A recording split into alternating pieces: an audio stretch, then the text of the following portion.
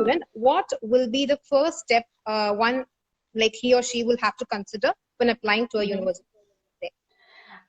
So country specific, what I would advise anyone, especially for masters, if you're looking at UK, there is a list of shortage of occupations that's available in the government's website for UK and Scotland. So I would ask you to take a look at it and see whether one of the occupations given in that list is something that you are specifically interested in. If not, if you don't have already an option to what university or what course that you want to, or whether you're confused about it. For example, engineering occupation in UK is in high demand for the next couple of years because there is a shortage. So people who want to do a master's or already have a bachelor's in the engineering field and want to, like also further a career in that field, it would be better for them to take a look at it. And then the second step to go about it would be to locate universities within your budget. So I live in London and I did my graduation in London. And London, as we all know, is a much more expensive city than the rest of the UK. So you can so depending on what your budget is, you should look at universities. So in London, if you go to like elite schools like LSE or London Business School or King's College or UCL, the fees would be much higher than universities such as Greenwich or Reading or Kingston, for that matter. So your price point is also something you should have an understanding about. So if, for example, some master's courses start from 14 lakhs Indian rupees or to even 35 or 40 lakhs. So understand what your budget is and then start looking at universities that would, have programs that would be of your interest and well within your budget before narrowing it down and making your application would be my first suggestion for anyone looking to apply. Okay. And what about the scholarship opportunities? Like, what are the different scholarships that we can consider to apply for? So for full scholarships that's provided by the Indian government, mainly it would be scholarships like Commonwealth or Chevening, and some scholarships like Felix are also available for particular universities. But again, some universities also have their own, sponsorship and partial scholarship schemes that students can apply to. For example, if you're doing a particular course, like say, for example, comparative literature courses, they will have different funding. And if you're doing something related to environment policy, you will have funding that's completely different to them. So more than the umbrella scholarships for the postgraduate programs, you should also look into what the funding that's available to these universities and these departments in particular. How about the cost of studying in the UK? If he or she did not get a scholarship, approximately, can you just tell me a bracket, like how much will be the fee range starting from? And so as I mentioned in the first part, there are universities that have course fees which are like £9,000 per semester to like £14,000 per semester, or for a year around 20 lakhs to like 30 lakhs. So it depends on what your price range is.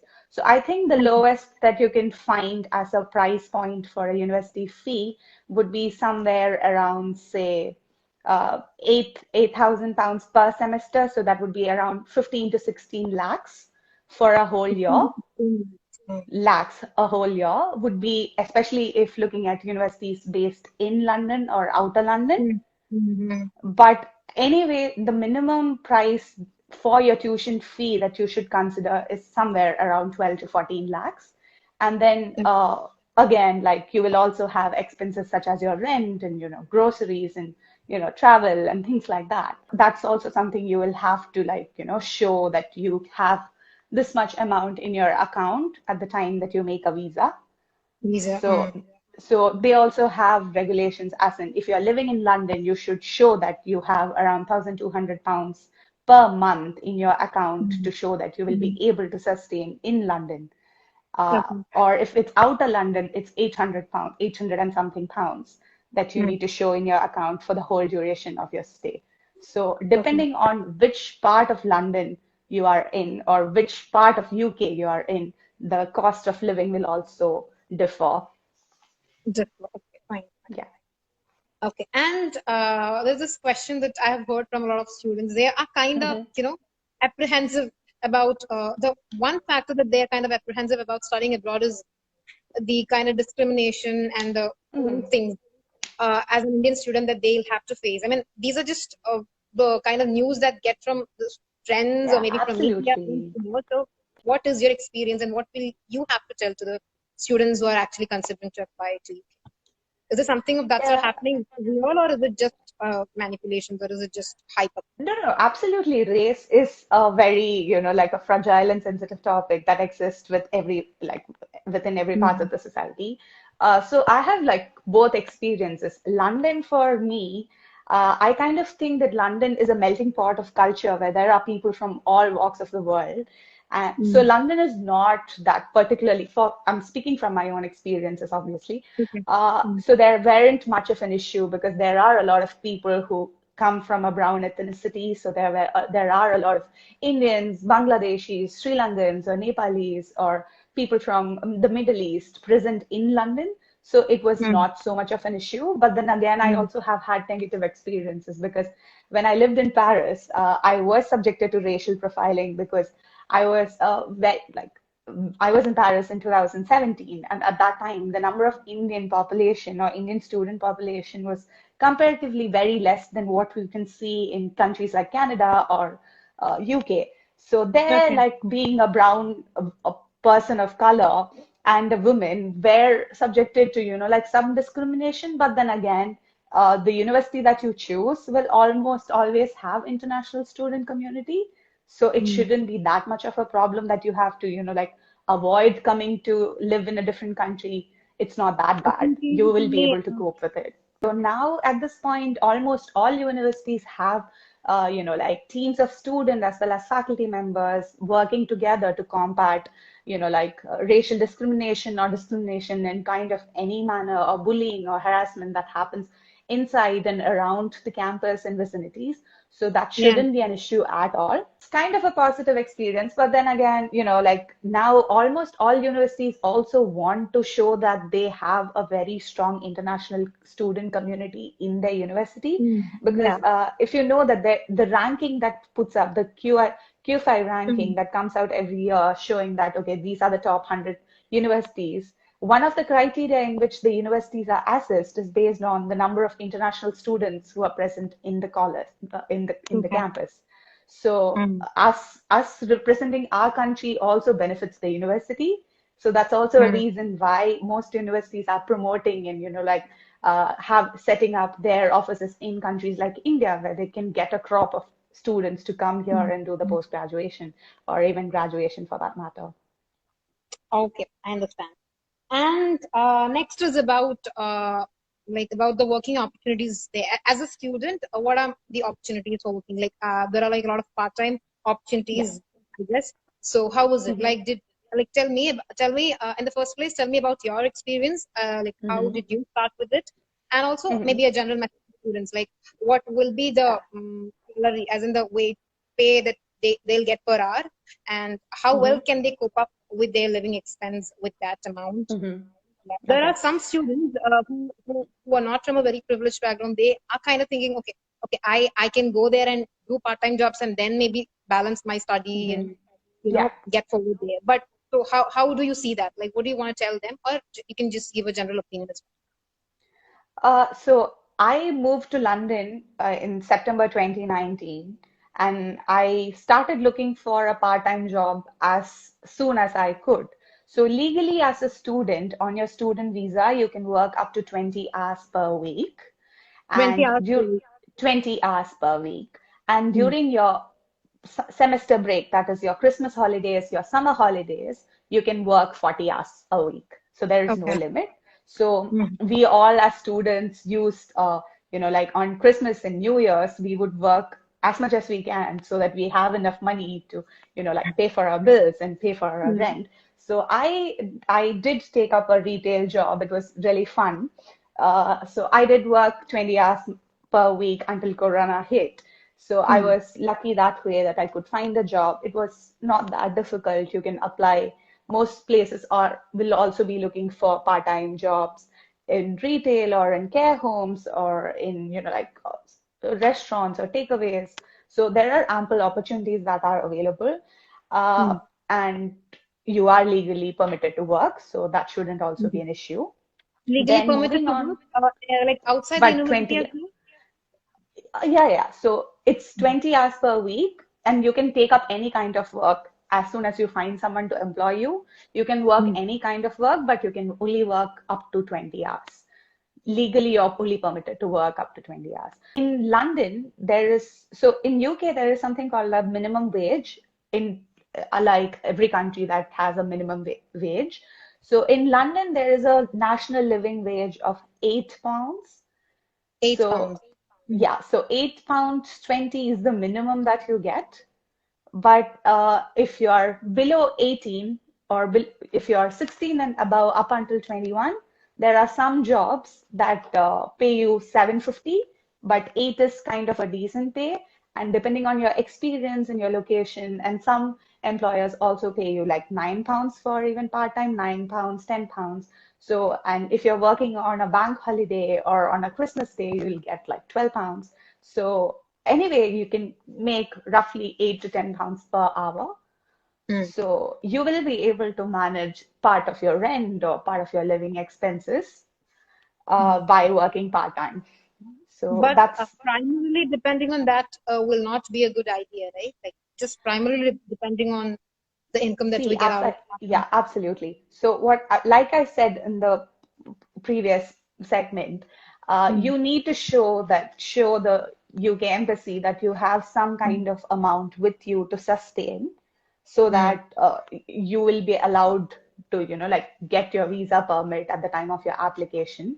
So you need to have some amount. So I wouldn't like advise anyone to like come to UK in the hopes of, okay, I'll make every money, like everything, even though there are people who would do that. But especially with Corona and everything that we are seeing, that there is a lockdown and things like that, there are limited opportunities also that you can tap onto at this point. Because when I started off my life in London, things were a bit more normal. There were more Yeah. shops, people could shop, people could go to theaters. So now those part-time opportunities are also limited. As Indians, we don't have a part-time culture, so we don't really come here with a lot of part-time experiences. Yeah. So people would also want to hire someone who have a little bit more of experience working in like a cinema or a supermarket, but they also will give you like training and things like that. So that shouldn't be an issue. But now, given there is a corona circumstances, that things are not as how it used to be, you need to be a little bit careful and carry like some kind of money so that you sustain here without being stranded with no money. So how does the application process in UK differ from that of the other countries? Let's say US or Canada or any other country for that matter. Like how does Okay, so one thing that I would like to point out is that this is something that I have also been asked by a lot of people.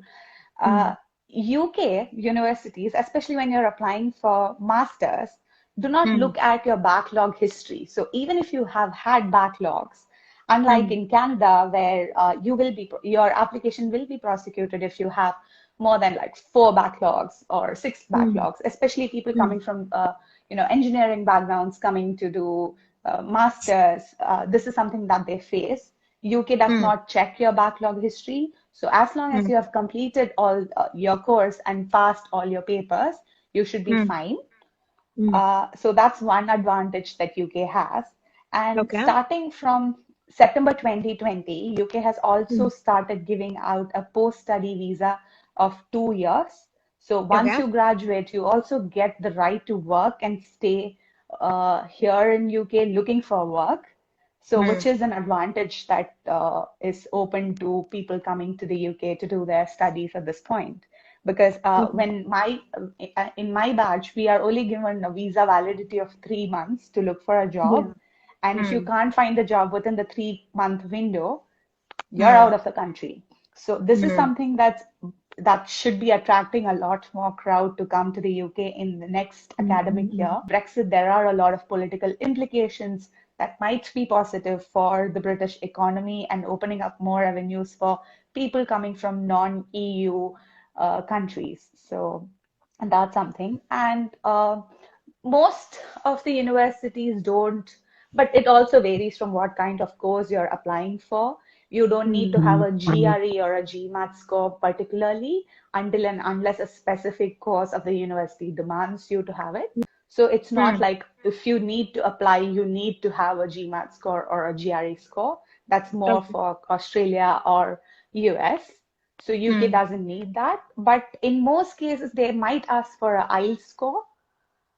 But that can also be what you can do is for most of us Indians who have done our education till 12th in English. So our medium of instruction has been English. So what you can do is you can write to the university saying that, English has been my medium of instruction throughout school and throughout my undergrad. So if you can produce a letter saying that, you will also get exceptions from giving an IELTS, which is also an expensive exam, which you need to give otherwise for most countries.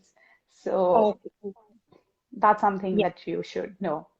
And like other than visa procedures, what are the other steps? Like, can you just elaborate on other things that you should be careful while applying to a UK university in terms of drafting an FOP, or like what are the other criteria that we should be doing before applying to a university over there? One of the many things that I've been like understanding from a lot of people is that they don't look at how credible the university is and the program is or the faculty members is, because for a lot of people it also comes to a point that I just need to go to the UK. So I think that's something that you shouldn't be doing, and you should give some spend some time into researching what kind of a university is it, what kind of opportunities have the people who have graduated from the university have gotten, see where the graduate destinations are. Like if you want to know a review or a review about a university, apart from the common Google search that we normally do, what is the other source you will say, like, okay, this is very much trustworthy? Is it the students? We should take opinions from them. Is that the prime source that we should be considering, or we should go with the QS ranking and all these? There is this what do you call? There are few prestigious universities. I just forgot the name. There are these prestigious universities in the UK, right? With something starting with R. What was that?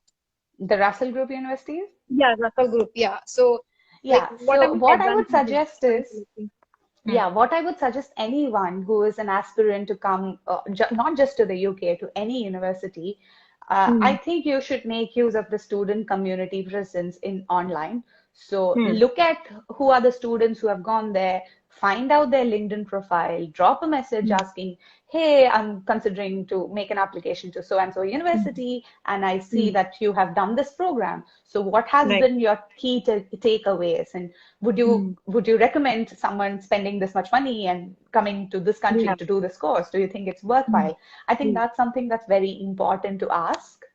And then again, like, it's very important for you to have a strong statement of purpose. What should be the things that we should be careful about while drafting an FOP? Yeah, so a lot of people have this very common misconception that you need to have good grades. That's the key to getting an admission into a university. But more than that, you need to show what you want to achieve from doing this course. So, for example, you need to give them what your vision is. So, by studying so and so course, what are you going to achieve personally? What growth do you think you are going to have in your career wise? I think it's also quite self-reflective, because it also makes you think whether you are taking a right move in the right direction in terms of your professional growth. Because I know a lot of people who end up doing their masters and be like, I have no idea what I've just done. And I've spent 20 lakhs or 40 lakhs to my education, and there is no career growth for me. So that's not something that we would want people to have at the end of a year or 2 years. That's not something that you should realize at the end of your course, but at the very beginning of the course. So SOP should be a very personal thing for you to send out to the university. It should have aspects of your personality. your professional and career-wise achievement and show Mm. how that can be parallelly held towards, the course that the university is offering, so Mm. that how this course can benefit me and how Mm. me being admitted to the university can also be good to the university, how you can, like hold the reputation for your university. I Okay. believe that every student is a student ambassador for the university, like a self-assigned, because whatever I end up doing and Mm. everywhere I go, I will Mm. be branded as, okay, I am a SOAS graduate. What is she doing? So you're Mm. also holding it against yourself, a mirror holding against you. So Okay. these are Okay. things that you should be careful about. Cool. Cool. Cool. And how about the full scholarship opportunities over there? And if you could, brief us about some sources where we could get a list of scholarships, because many a times people are really interested about understanding about the scholarship opportunities, but they don't really know where exactly. Like, if there is this one source or one website where you could just guide us through, that should be I think the British Council website has good. a compilation of all the scholarships that's available for internationals. So Hmm. if you do a quick Google search, you can get a list of all the scholarships, which all universities are those scholarships for, or which other like other than the main ones, what other options you can do. So the Hmm. British Council website is pretty much very useful. And then again, for other scholarships, you will have to like do a one by one search on the university page Hmm. because otherwise you will have no idea. Okay, okay, okay. So you got full scholarship for the one in France IELTS, yeah? Not this Yes. one. Yeah, not this Okay. one. So since I got the scholarship, Hmm. when I did my master's in public policy and politics at UNESCO, Hmm. I was awarded the Erasmus scholarship by the European Union government. That again, so there was a clause which said that if I take that scholarship for the next 2 years, I was not eligible to even apply for any other scholarship. So for my Okay. master's here, I wasn't even eligible to apply for scholarships. Hmm. So the Erasmus scholarship again is a very good scholarship. It covered my tuition fee as well as my living expenses. So Okay. every month I would also get like a stipend for my rent and my living expenses. Kind of cool, Hmm. That's you cool. know. Uh, so Europe offers a lot of scholarship, which also gives you like a monthly expense, sort of like a Hmm. stipend. Hmm. So that you can like look at, for example, France, there are pages for Alliance Française and like German Center, every German Cultural Center Hmm. and things like that. There are Hmm. lists that's available on the website that you can look at. Okay, okay, okay, fine. And how about the opportunities? Like, after finishing my studies in the UK, what are my Mhm. opportunities for a full-time job? Yeah. Yeah. So as I said, now for people graduating from the summer of 2021, the Hmm. avenues in front of them are much more than what we have. And especially like I graduated right into a COVID economy where things are Hmm. not as normal as what it used to be. So COVID Hmm.